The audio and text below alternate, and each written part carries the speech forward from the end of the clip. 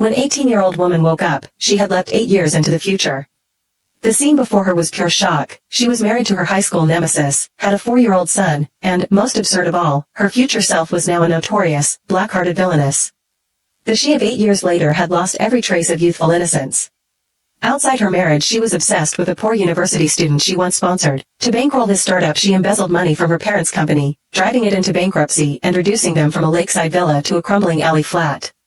She lavished her husband's money on designer gifts for the scumbag, while ignoring her own child, dragging the boy along on trysts like excess baggage. When the freeloader muttered that ballet ruins your feet, she abandoned the dream she'd danced toward since childhood and became his groveling doormat. He, meanwhile, spent her fortune freely, sneering that she was still an arrogant rich girl who looks down on everyone, happily eating soft rice while cursing the bowl. Reeling at this train-wreck life, the 18-year-old inside her swore to rewrite every page, not one more cent to the parasite, cut him off cold, use the allowance her husband gives to buy back her grandparents' house so her parents can sleep in their own beds again, race to the kindergarten gate every afternoon, fill the house with laughter, and give her little boy every stolen minute of love.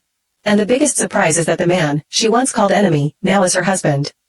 However vicious the rumors, he never left. However irrational her tantrums, he believed in her. Now that she's trying to be better, he quietly turns a spare room into a professional dance studio so she can stand on point again. Only then did it dawn on her, this was never an enemy at all, he was the childhood friend who had loved her for years.